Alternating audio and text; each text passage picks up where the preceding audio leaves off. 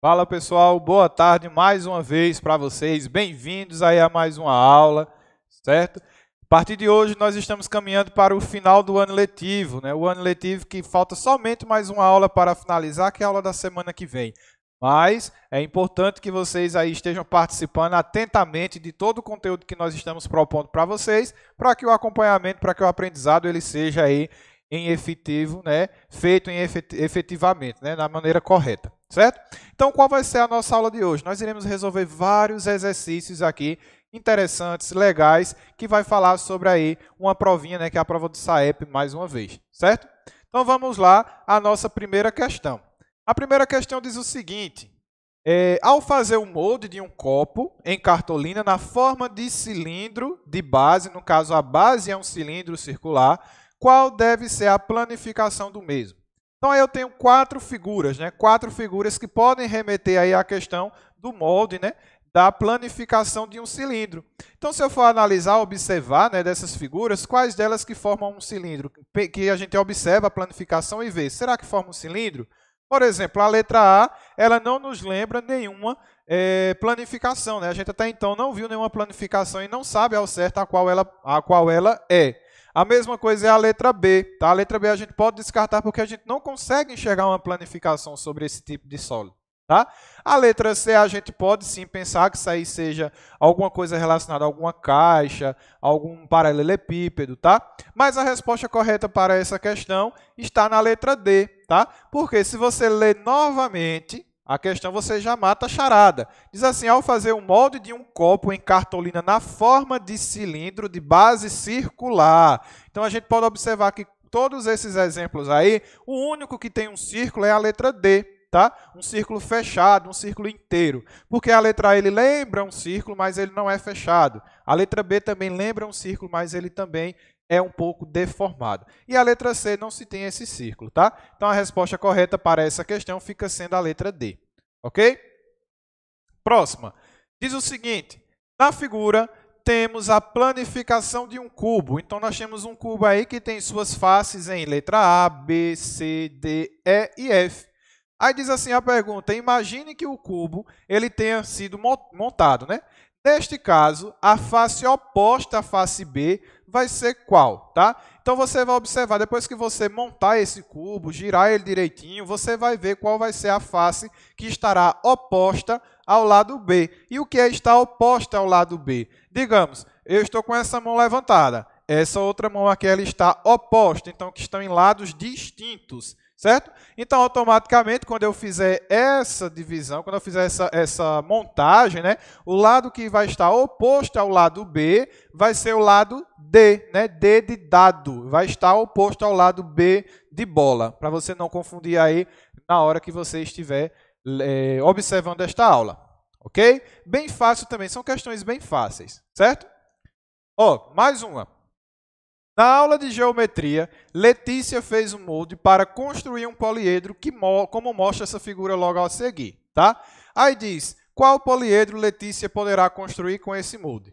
Então, se eu voltar no slide anterior, vocês vão ver que esse molde aí, o molde, né, não sei qual é a pronúncia correta, ele nos dá a imagem de um cubo. Tá? Se eu pegar esse lado E e transferir para cima do lado B, ele vai ficar exatamente igual a essa figura que aparece aqui para vocês agora. Tá?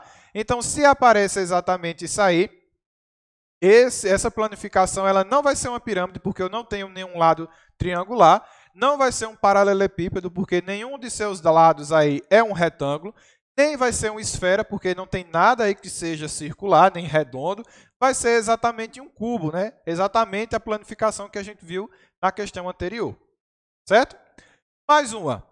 Diz o seguinte: uma indústria produz peças maciças de madeira com formato de prismas. A superfície representada abaixo é formada por quê? Pentágono, 3 retângulos, 2 pentágonos, 5 retângulos, 3 pentágonos e 4 retângulos, ou 3 pentágonos e 3 retângulos.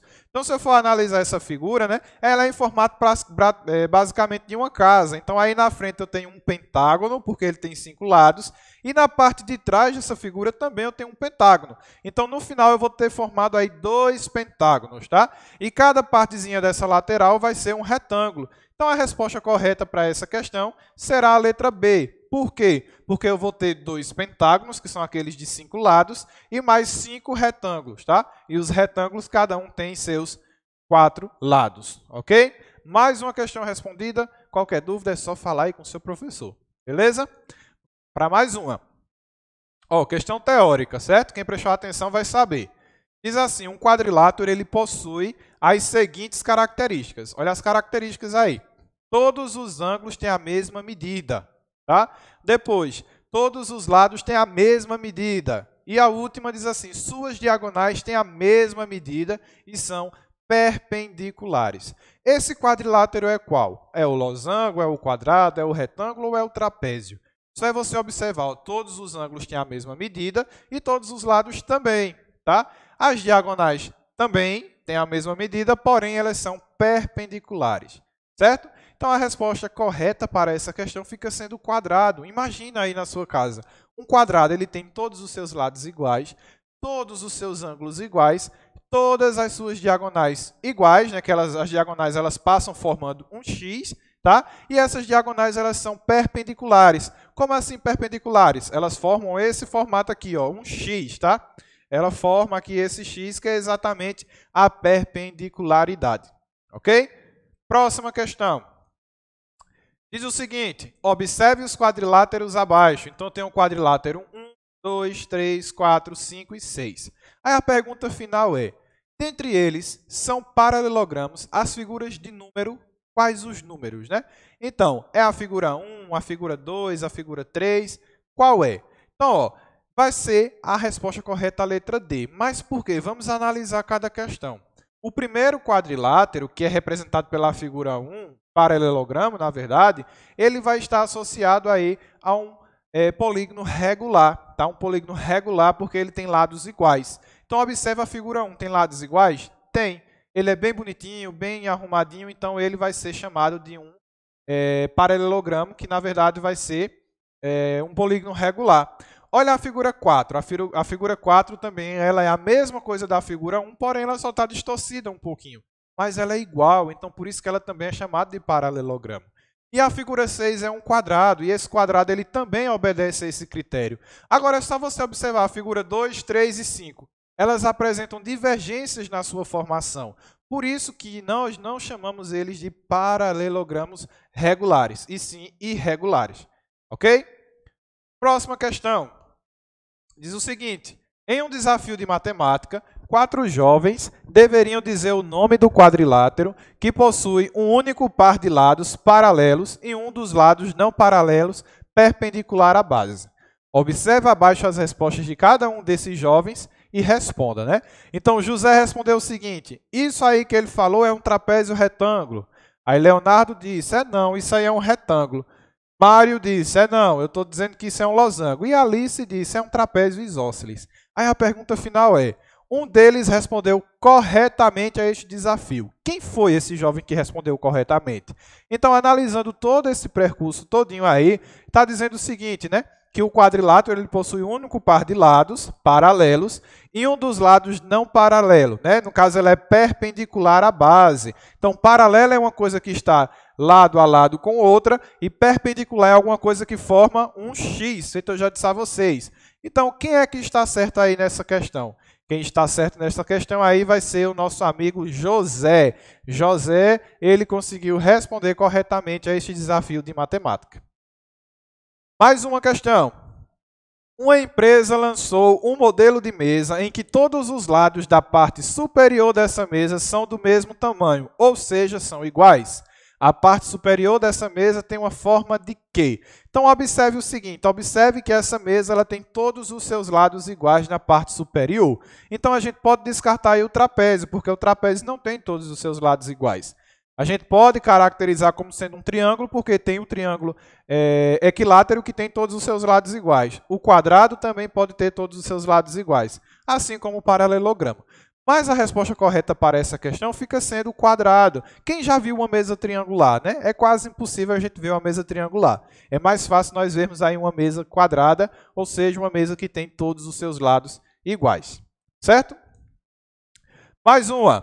Luciana chegou à escola às 4 horas da tarde, conforme indica o desenho do relógio abaixo. Nesse momento, qual é a medida do ângulo entre esses dois ponteiros? Então, olha o seguinte. Esse círculo que está desenhado aí, a gente pode interpretar ele como sendo um círculo que vale 360 graus, lá da aula passada que a gente teve na semana passada, certo? Então, se eu pegar cada tracinho desse que está no relógio, que no final dá 12, né, que são 12 horas, que tem 12 tracinhos que representam os 12 números que tem no relógio, e fazer a divisão 360 dividido por 12, eu vou chegar na resposta correta, que é a letra C, equivalente a 120 graus. Então, quando o relógio estiver marcando as 4 horas da tarde, 4 horas da manhã, ele está aí com um ângulo de 120 graus.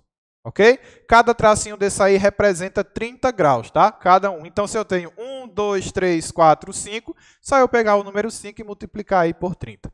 Ok? Vamos lá, mais uma. AD, ou seja, a distância, né, esse segmento de reta que vai do ponto A até o ponto D, né, é um segmento de reta. E eu tenho um ângulo que é o ângulo ABC. Esse ângulo ABC ele mede 30 graus. Tá?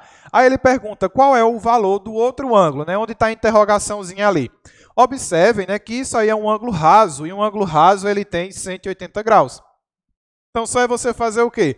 Você vai pegar o número 30 e vai tentar achar o que falta para chegar em 180, ou seja, o suplementar, o ângulo suplementar do 30 graus. Então, 30 graus para chegar em 180 vai nos dar aí 150 graus. Então, onde tem essa bolinha aí em rosa, né, onde tem uma interrogação em cima, isso vai ser chamado de um ângulo de 150 graus.